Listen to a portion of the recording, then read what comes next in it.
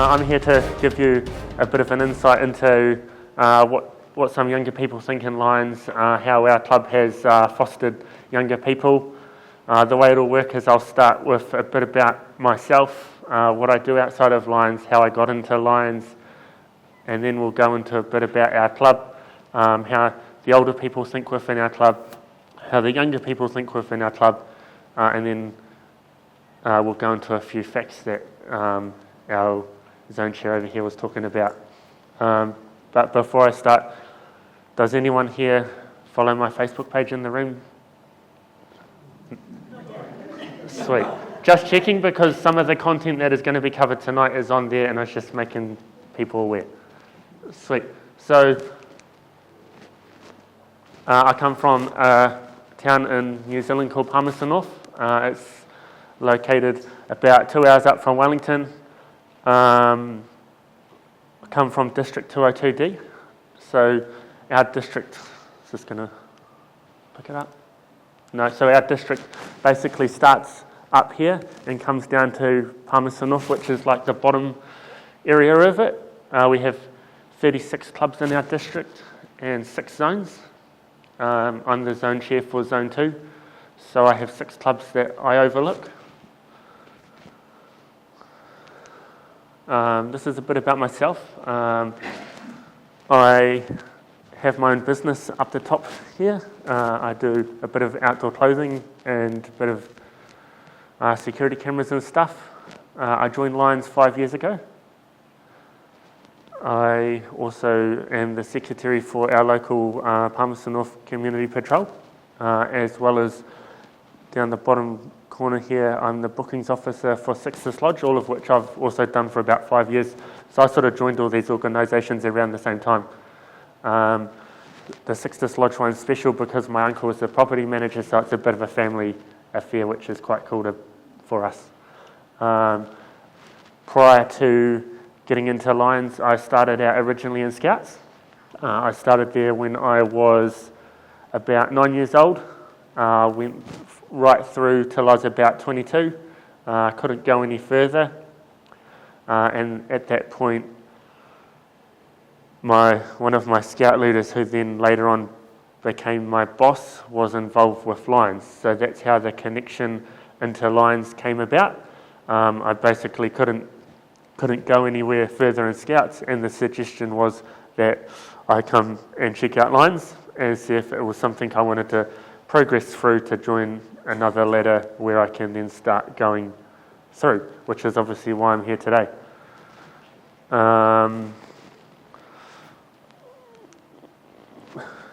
Bit about myself. Within the first 6 months of joining my Lions Club, I was the Director of Program and Social. That's a role I held for 3 years. And then after that, I went in to become Club President. That was last year. And then this year, I'm the Zone Chair. And the following year, I'm also going to be the Zone Chair. And I've also supported positive growth within our club. As you can see down the bottom here, these are all the amazing individuals which I personally have sponsored into Lions. This most important one, bit of reverse psychology for people. I joined Lions first and got my dad in after. So I think that's pretty cool. And it's great that we can have something that we can do together. He's actually going to be the president next year too, so that's pretty cool. All these young people here are great members of our club. Brian over here is going to be our secretary next year. Richard over here is going to be our vice president, and Damien down the end here is going to be our second vice president. So that just gives you a bit of an insight into how our club supports younger people, and we'll dive a bit more into that soon. There's obviously in all clubs there's a few key players who help support the change. Over the left here we have Bruce. Bruce started the younger people joining in our club. He got his son in when he was 18 years old, and from there our club has steadily grown with younger people. Leo in the middle here also got his son involved, who is the one on the right here.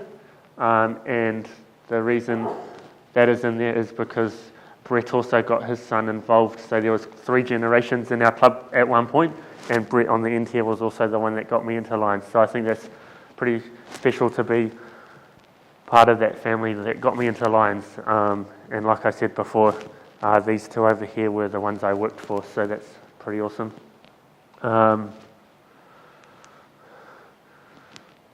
Bit more about our club supporting younger people. In 3 years, we've had 3 presidents under the age of 30. Scott on the end here was the one whose dad was on the left, obviously myself, and then Abraham on the right here was also brought in by Brett, who brought me in, so I think that's pretty special for our club. Also pretty special for our club, just over a year ago we supported and sponsored a Leo's club at one of the local high schools, something we've been working very closely with them on.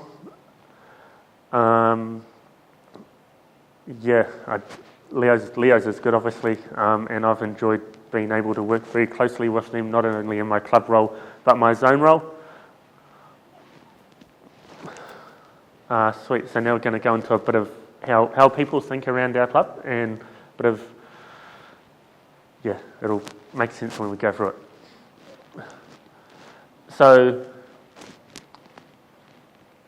the way the content from this part of the presentation has been gathered is I basically surveyed some older members in our club and I surveyed some younger members in our club. I brought all the content together and took out the key points, so this is how they think.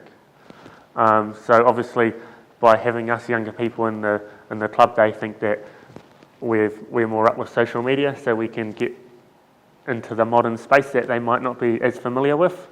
And we also have different fundraising ideas that might not be things that we've done in the past. For example, in our club, fundraising project I'm looking at the moment is the possibility of running a car show, something that we've never ever done before, but it's a way that we can get easy money all in one day, and there's a couple of people in our club who are involved in the car scene, so it just makes sense that we support what they're doing. Skill sharing, obviously sharing skills with each other and knowledge, that's a big part of Lions and a big part of our coming together. And increased visibility by having younger people, our club is seen in places that it might not otherwise be seen. So this is what our club does to support the younger people. We make sure that all the voices are encouraged and valued at our meetings so that everybody has a space to talk. The way our meetings run is we have this round table and the president sits at the top and we all sit around it and we all have equal opportunity. We have mentor programs within our club, so our younger members who are stepping into these leadership roles this year are paired up with older serving Lion who has had those roles for a number of years, and they will be mentoring those younger Lions and giving them the skills that they have had to help them grow. We make sure that our social events that we do are for all ages, so we might go out for a dinner one month, or we might go out and do bowling or go-kart racing or something the other month. So we're trying to make sure that all our activities we do cater for everyone. The way our club runs is we have one business meeting on the first Wednesday and then one social meeting on the third Wednesday. And that's it. And obviously attendance, I don't know what clubs are like around here, but we don't get hung up if people don't attend, as long as we know what they're up to and they keep in the loop with us, because we understand that young people have busy lives.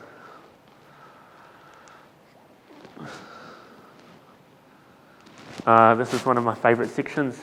I like numbers and I like stats, so here's a local club of ours stats. I'm all about bringing the average age down and making it so that obviously Lions will last. Does this image on the screen look like any of the clubs around here? So if then we if we then flick through to what our club stats look like, can you see how it's more of an even spread? And we do have half as many members, but we do have a more even spread of age. And yeah, this is, I think, pretty cool.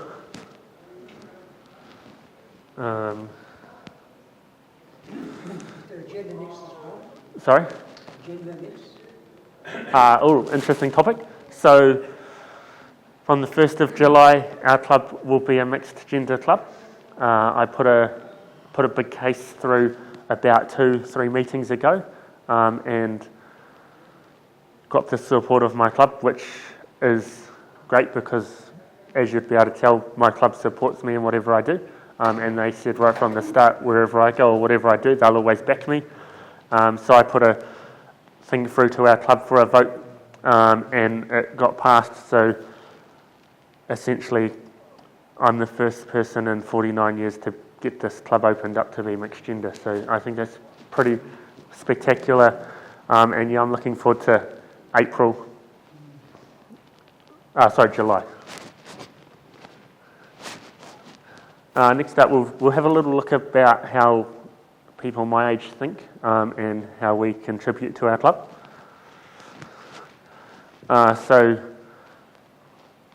Lifelong friendships and inclusive culture. I think culture in the club is a big thing. We like to have a culture that is inclusive of us and is supportive of us. I know that not every club is for everyone, but yeah, I think it's very important that we try and make sure that we are inclusive and that we are supportive of these younger people.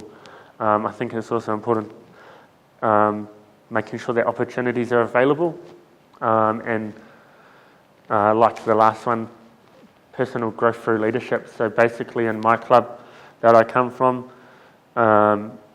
anyone can have any role. So as these people are coming through, as you would have seen on the previous slide, us younger ones can actually just put our hand up and say we want to have a go at this role, we want to have a go at that role, and those doors are always open, and those opportunities are always available. And I think that's important to look at in your own clubs, because younger people coming in want to know what the opportunities are and don't want to be held back from something they could potentially learn from.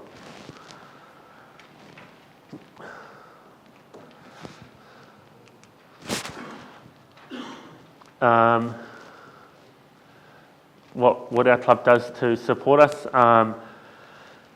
obviously it adopts modern practices and innovative activities. Obviously we're more clued up with a lot of things, and if we have ideas and suggestions and they're good, then our club will get in and back us like they have with me here.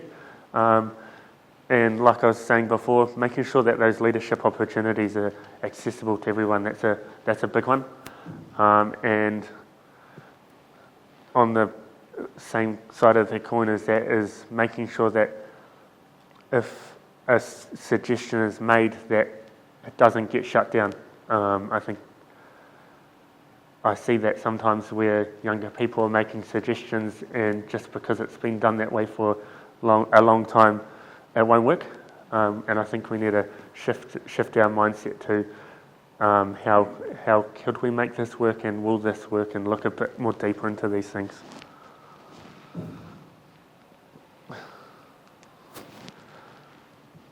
Like I say, I hear this way too often when I'm talking to people, and when I'm talking to people that I'm potentially looking to get involved with Lions, they always tell me that Lions are a bunch of old people and that young people don't do it. So the only way we're going to combat this is obviously changing our mindset and changing the way we do things, so then we get that image across that it isn't actually what it is coming across now. And that doesn't happen overnight, obviously. For our club to get from where we started to where we are now has taken about 7 years. So if people are waiting to make those changes and it's another 7 years' time, for example, then you can imagine what happens in between that. Onto my favourite section. Apologies in advance, we've got some hard-hitting facts here. The first one is that if we don't bring our average age down, then our clubs are going to disappear. There's literally no in between. Does that relate? This is all content I've made myself, by the way. So yeah, if the average age keeps on rising, then the future keeps on shrinking. And if young people aren't joining, then we need to look at ourselves and ask why. Why are they not joining? Can we change? Is there something that we're doing, something that we're not doing? Instead of just expecting it to happen. And if your club won't adapt, then obviously it won't last. If your club's having a hard time bringing younger members in, this is one of my favourite topics, is actually get into the level of those younger people and finding out what they're already involved with and asking how can Lions help with what you're doing, because if you're actually getting involved at their level, then you can help them and then in turn they can help you, because obviously it's a two-way street, and sometimes I think we get caught up thinking that it isn't. Am I fair in saying that?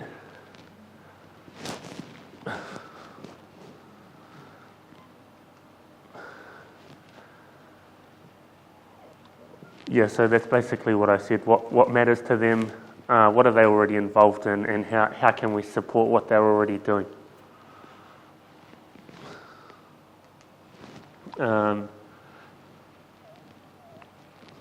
Club meetings, obviously making sure that everyone has an opportunity to speak and put their ideas forward.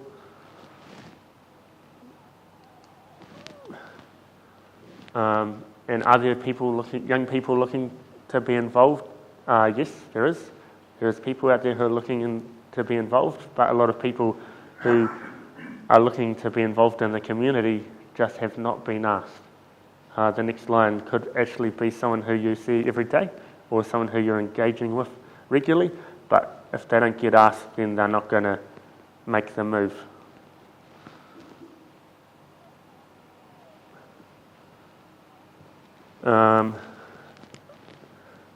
So let's look about a process of how we can start to do things differently. First of all, how can we start the process of change? The process of change starts with your club. If your club can't agree to be supportive of these things, then how can you expect it to happen at the bottom if it's not working at the top?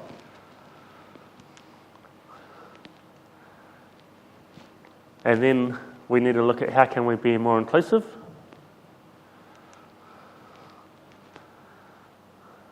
And then again, looking at the opportunities in our club for young people. Do we have those opportunities available? Do we not?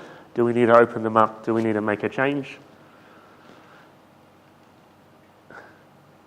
And then making a list of possible people that we can reach out to, and then reach out to these people. So if we go a bit deeper into this, obviously, like I said, first of all, the club needs to support the change. And then, like I said earlier, making sure that the club culture is inviting. Making sure that the leadership pathways are accessible and available to all members.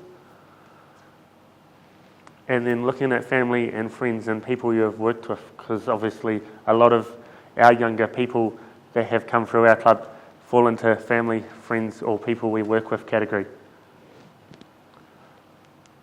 And one of my favourite, old ways won't open new doors, so now is the time for change. And if you won't change, you won't grow. And if you won't evolve, then you won't attract new energy. And if your club won't listen to fresh ideas, then it won't thrive. So the choice is simple: embrace the change or watch your club fade. The future of the service belongs to those who are willing to adapt, innovate, and be open to new ideas. Are you guys ready? That's all I've got for you. And I've made a thing here that's got how you can contact me, and I've also brought some cards along tonight which I can give out to everyone. And happy for people to contact me afterwards once I go to New Zealand, happy for people to share ideas, ask for feedback or perspective on things. But yeah, that's me. Was that useful?